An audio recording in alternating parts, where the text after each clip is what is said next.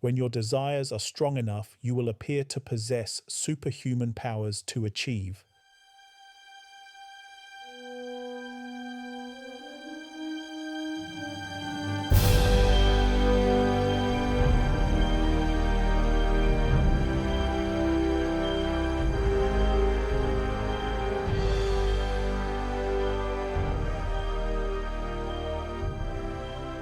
This is the 7-minute daily focus, day 40 of 365. When your desires are strong enough, you will appear to possess superhuman powers to achieve. Napoleon Hill. Today's focus, desire as direction. Before we proceed, it is essential to clarify what is meant by desire.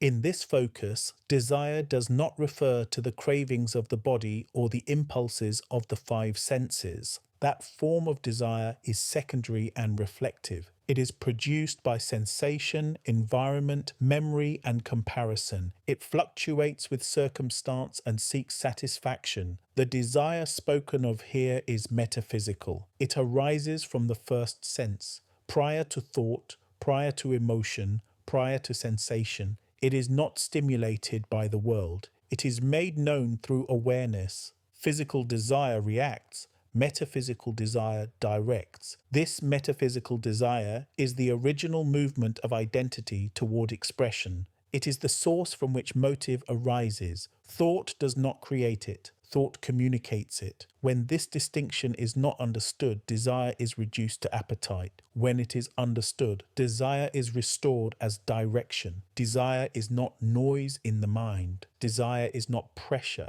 Desire is not urgency. Desire is direction. It is recognized, not invented. It reveals alignment. Direction does not shout. Direction does not rush. Direction does not exhaust.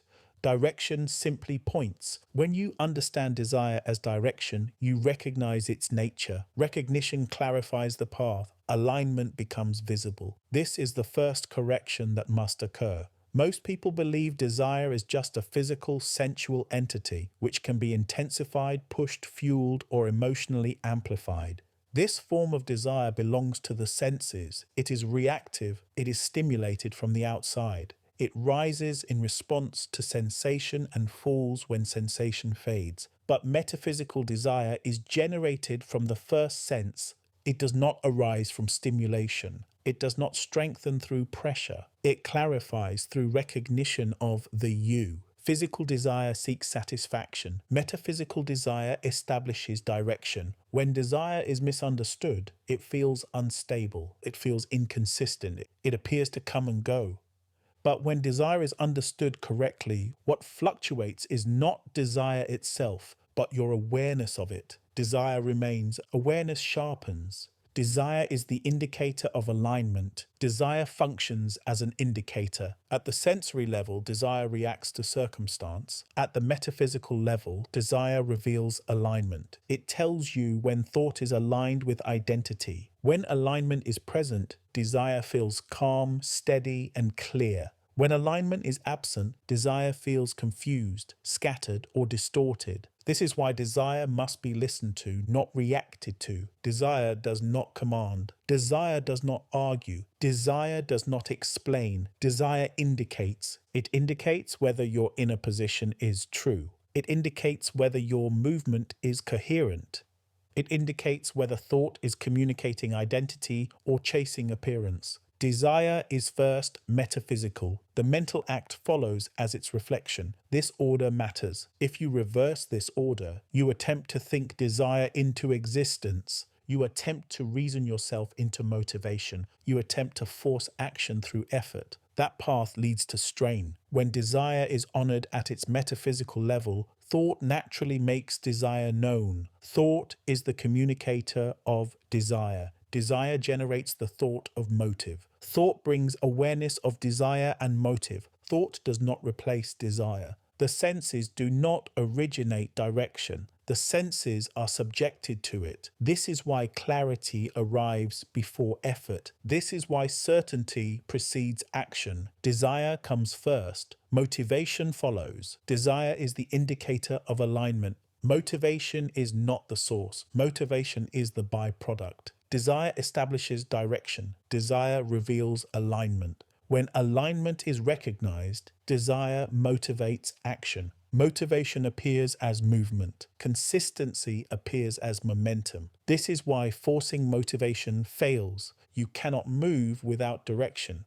But when desire is clear, movement feels natural. You are not pushing yourself forward. You are following what is already indicated. Desire generates the thought of motive and action. Once desire establishes direction, thought begins to organize itself. Ideas arrive in sequence, decisions simplify, actions feel proportionate. This is alignment in motion. Nothing here is rushed. Nothing here is forced. You move because movement is now appropriate. Desire holds direction across time. Emotion fluctuates. Energy varies. Circumstance shifts. Desire remains. This is why desire builds outcomes over time, because alignment has been established. Because direction is clear, it keeps pointing. Even when progress feels slow. Even when feedback is absent. Metaphysical desire and physical desire. Physical desire reacts to circumstance. It rises and falls with sensation. It is stimulated by environment, by comparison, by immediate reward, because it depends on external conditions. Physical desire cannot hold direction for long. When conditions change, its intensity fades. Metaphysical desire arises from alignment. It is not stimulated. It is recognized. It does not surge. It does not collapse. It remains constant because it is not tied to circumstance. This is why metaphysical desire sustains direction, even when results are delayed. When desire is recognized at its metaphysical level, it no longer depends on mood. It no longer depends on emotion. It no longer depends on approval. It depends only on alignment. How desire is misread at the mental level. When the mental act is mistaken for the source, desire becomes confused with thought. People begin to believe they must think harder, visualize more intensely, or convince themselves into action. But thinking does not generate desire.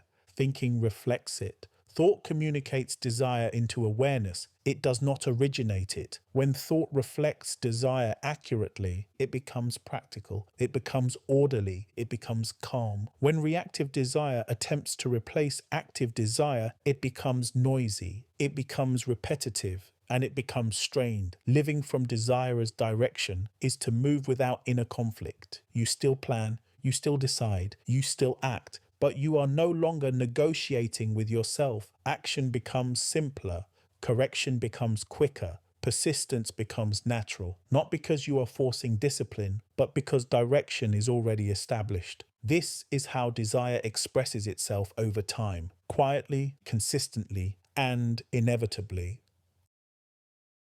Affirmation for day 40. I recognize desire as direction. I allow it to clarify my path. I do not force motivation. Motivation is driven by desire. Desire is my indicator for alignment. I proceed steadily toward my physical reality.